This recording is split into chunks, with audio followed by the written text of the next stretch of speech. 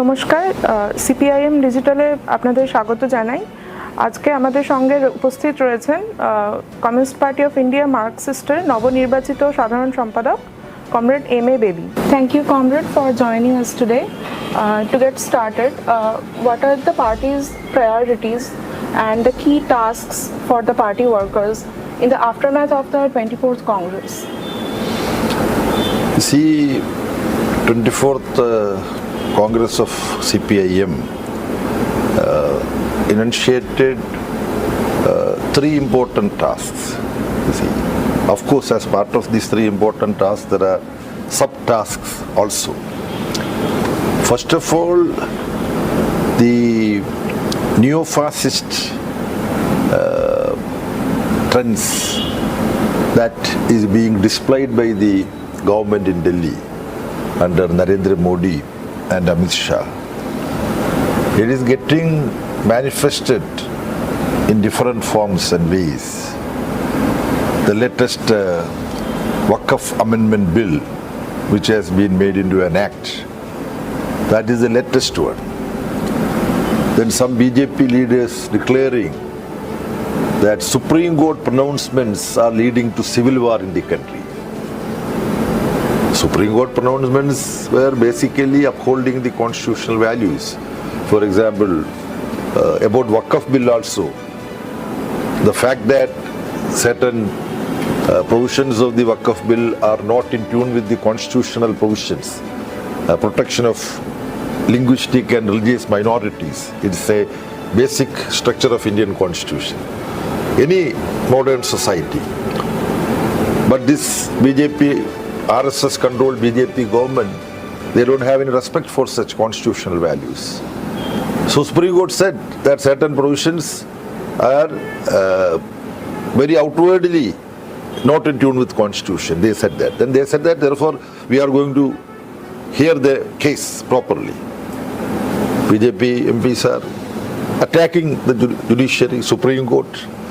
Even Vice President of India, Mr. Jagdeep Dhankhar, he was governor in the state of Bengal. He also openly came out against the courts. Another pronouncement of the Supreme Court was regarding 10 bills passed by Tamil Nadu government. Of course, there are similar bills passed by Kerala legislature also. Governors are holding it. That is undemocratic. Supreme Court made observation. So point is that the extraordinary authoritarian and undemocratic actions of the government led by BJP, because of its control is basically in the hands of fascistic RSS. It is leading the country into a very dangerous path.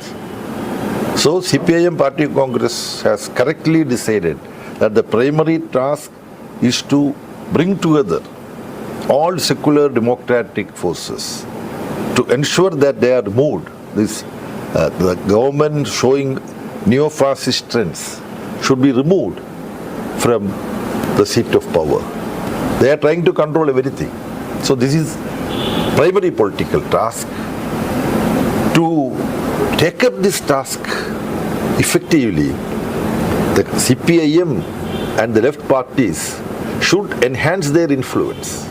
You see, there is a decline. We communists are very truthful. We accept the reality. See?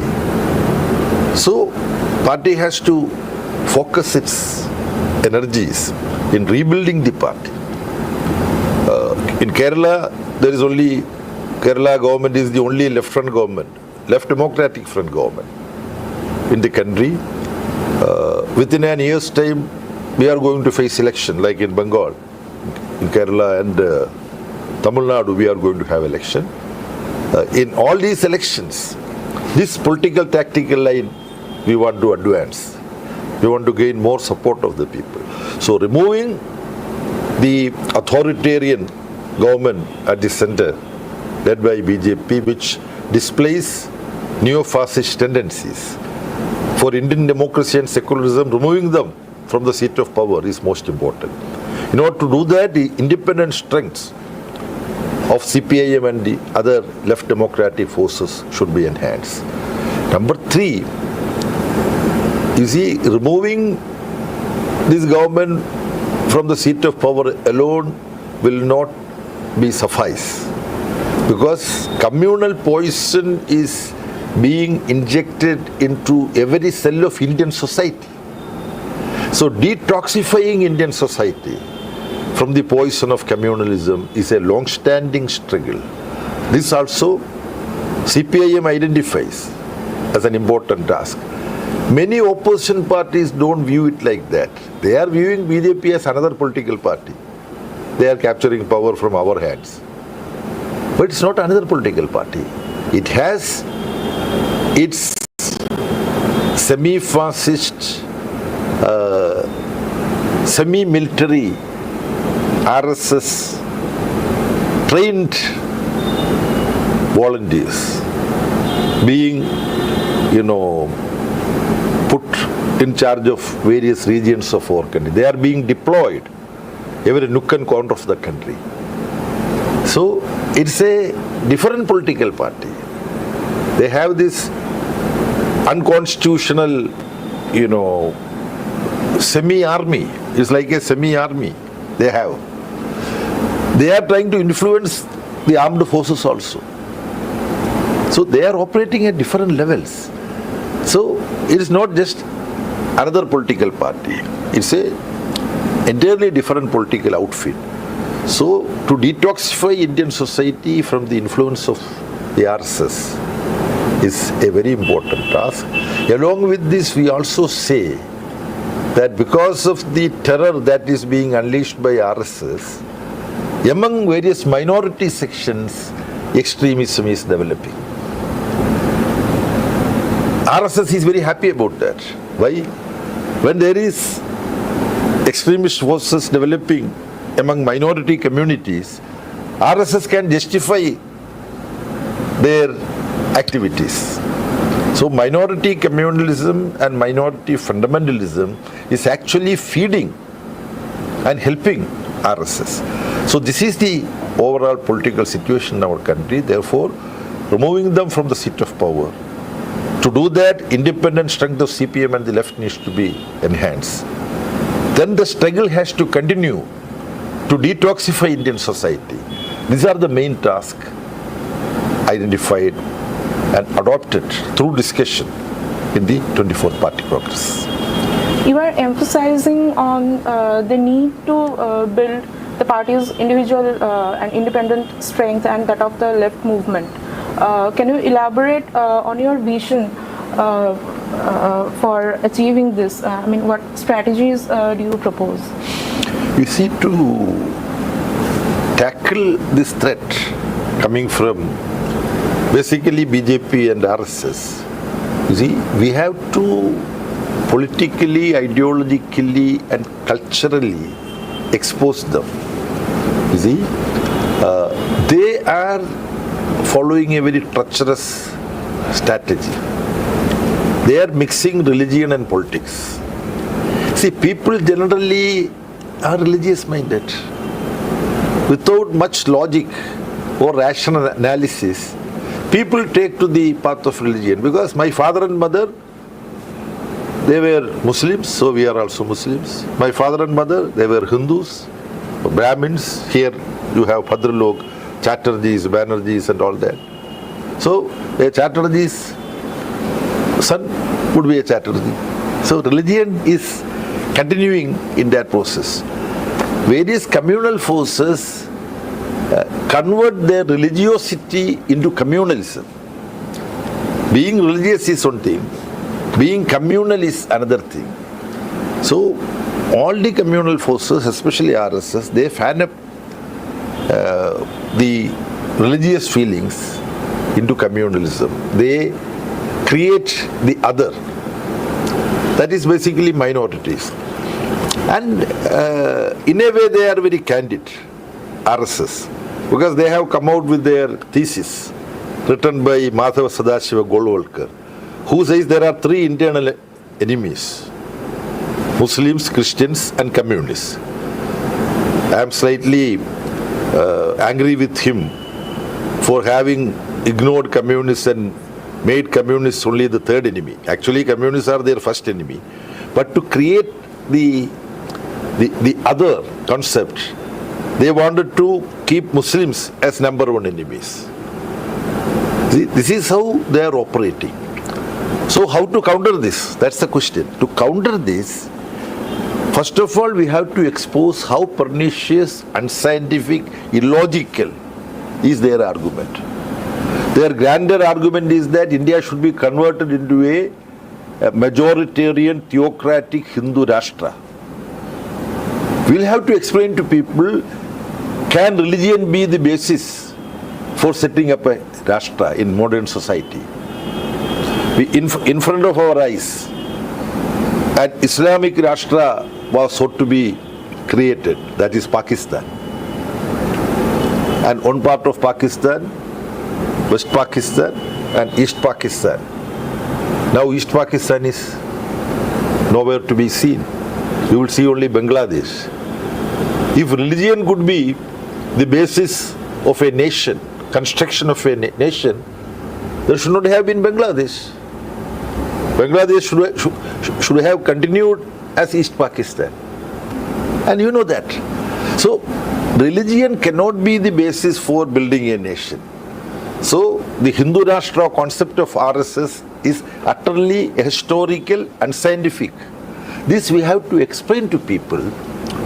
But they utilize religion, their own wrong interpretation of religion, to preach communalism. Here we have taken a very important decision that to fight communalism, to fight the semi-fascistic RSS and their project, people innocently following their religious practices who are not communal, those people should also be held together with you to fight communalism. This we have underlined. We have to fight cultural struggle. We have to expose them politically and culturally, historically. Along with this task, now we have in a clear-cut language stated that you have to differentiate between people taking communal position on the basis of religion, which is a minority in every religion. Majority of people following religion, they are not communal. Whether they are Hindus, Christians or Muslims or Buddhists.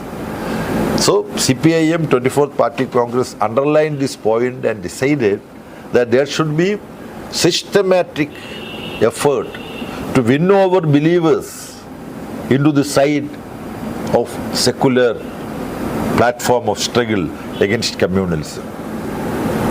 This is an important stand reiterated by the Party Congress.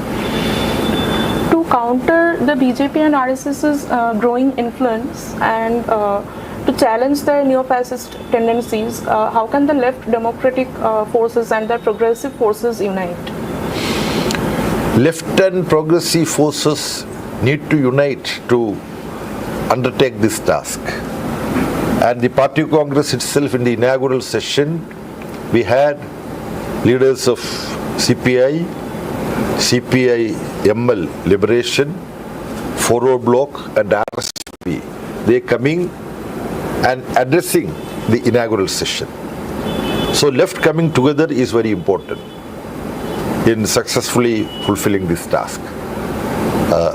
Then I have mentioned about the exposure of these communal forces politically, culturally and so on. Along with that, once these left forces come together and we bring other democratic and secular political forces and even social organization into this broad platform, we have to independently and together with others, we have to take up livelihood issues of the people, livelihood issues of agricultural laborers, poor, rural rich, rural poor against rural rich, the struggles, urban poor against the urban rich, class struggle.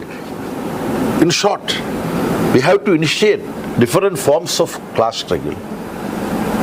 More so local-based struggles. All India struggle, we would be compelled to take up. For example, 20th of May, we have a joint All India strike of workers, you see, against the labor code and all that. Such struggles are important. But at the same time, we have to take up local issues affecting the livelihood of people. Such struggles should end only after having achieved some of the demands which are being raised as part of the struggle. So class struggle has to play a very important role in unifying workers, peasants and various other sections of society, transcending religion or caste. So when casteist forces and communal forces try to divide people on communal lines and casteist line, we should bring together people on their livelihood wishes, transcending caste and community. This is also very, very important, stressed in the party congress. Comrade Sitaram Yechury often emphasized that strengthening the left in Bengal is crucial for its nationwide resurgence. Given the current scenario here in Bengal, we are facing a dual challenge from both the BJP and the Trinamool Congress and the rising competitive communalization. How can we break free from this binary politics and establish a strong left alternative? You see, what Comrade Sitaram said is very, very important and very correct.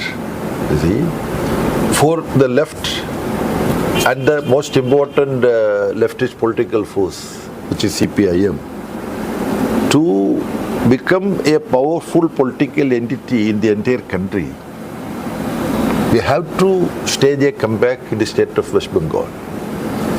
West Bengal was the most advanced, contingent of the CPIM and the left forces in the country.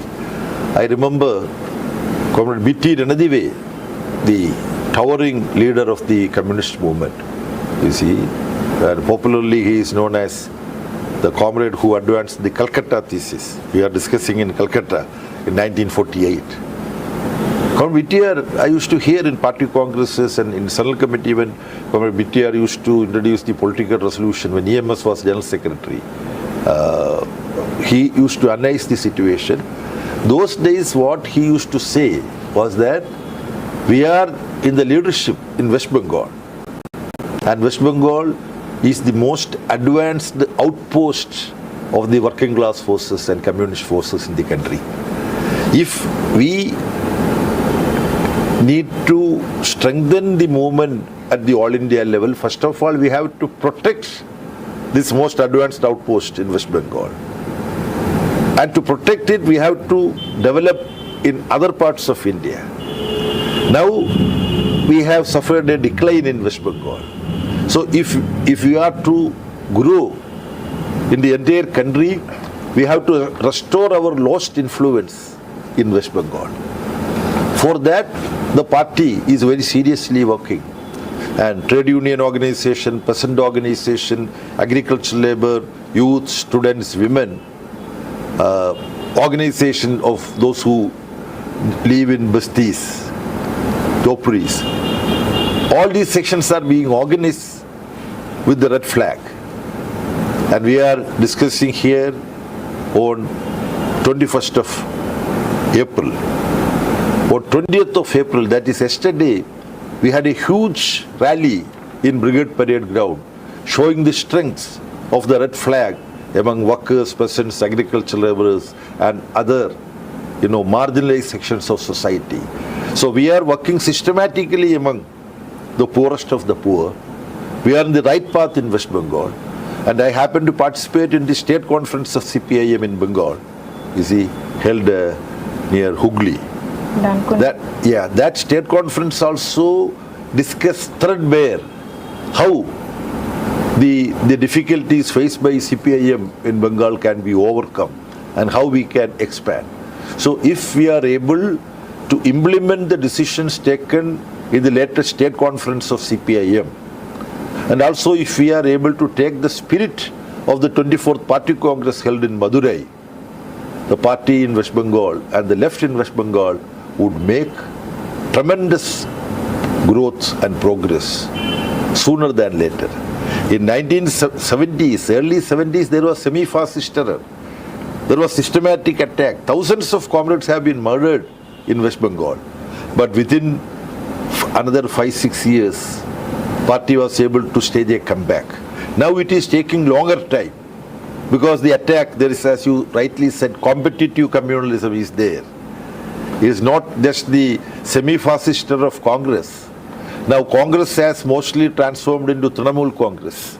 You see, Congress is weak and Trinamool Congress, they developed with the help of RSS and BJP. You see, and there is RSS controlled BJP also trying to grow in West Bengal. So this is a very peculiar situation now. But if we patiently work among masses, as we are doing now, and if we are able to implement the decisions of the latest state conference and the decisions of the 24th Party Congress, the situation in Bengal would be dramatically changing. As Kerala prepares for its assembly elections the next year, the party is at a crossroads. We have seen a concerning decline in our support rate, dropping to 33.35% in the past Lok Sabha elections, and a 7% slide over the past decade. So what's the plan to reverse this downward trend? Because NDA is also gaining momentum, boosting its vote share to 20%. How will the left in Kerala respond to this growing challenge and to reclaim its ground in the state? You are right. There is a decline in the influence of the CPIM and the left when you analyze the Lok Sabha election voting percentage. You see, in 2019 Lok Sabha election also, the LDF could win only one seat. And there was a decline in the vote percentage. After that, we had assembly election. And we came back, the Left Democratic Front came back with, I think, 7 or 8 more seats in the assembly. This has never happened in the history of Kerala. The left could never get a continuous verdict from people. This has happened for the first time. So in the Lok Sabha election, the voters in Kerala behave in a peculiar manner. They say that you are not going to play an important role in Delhi. Some people even say we have had house-to-house campaign. So when somebody said that, no, your party could become the Prime Minister, you have decided on your own theoretical ideological ground that with limited parliament members and limited influence in the country, if you take a prime ministership, you won't be able to, live up to the expectations of people. That's why you see, there's a politically illiterate people in Kerala. So such questions, some people ask me. Then I explain to them why this decision is taken. So they say that the Congress and UDF should have better numbers in Lok Sabha. Only then, as against BJP, Congress leaders would be invited to form the government. So, in any case, if we elect you, you also support some secular party against BJP. See, so it's better than sending Congress. All these convoluted arguments they put forward, and this performance of the LDF would be far lower than that of the UDF. You have a point that slowly BJP is penetrating to various areas. They are increasing their influence. And they could open their account in the Lok Sabha election from Tricur. They could. That was a UDF sitting seat. Their UDF vote went down. Congress candidates' vote went down drastically. And the reduction in Congress vote in Tricur Parliament election is what got converted as the majority for the BJP Lok Sabha candidate in Tricur. The LDF in Tricur constituency where BJP won, the LDF vote increased by more than 16,000. Anyway, that's only casually I am making a reference to. So in the assembly election, people generally support the left because that is the overall performance of the left. Now, by this November, most likely, Kerala state would be declared as the first and only one state in the entire country where extreme poverty is totally eradicated.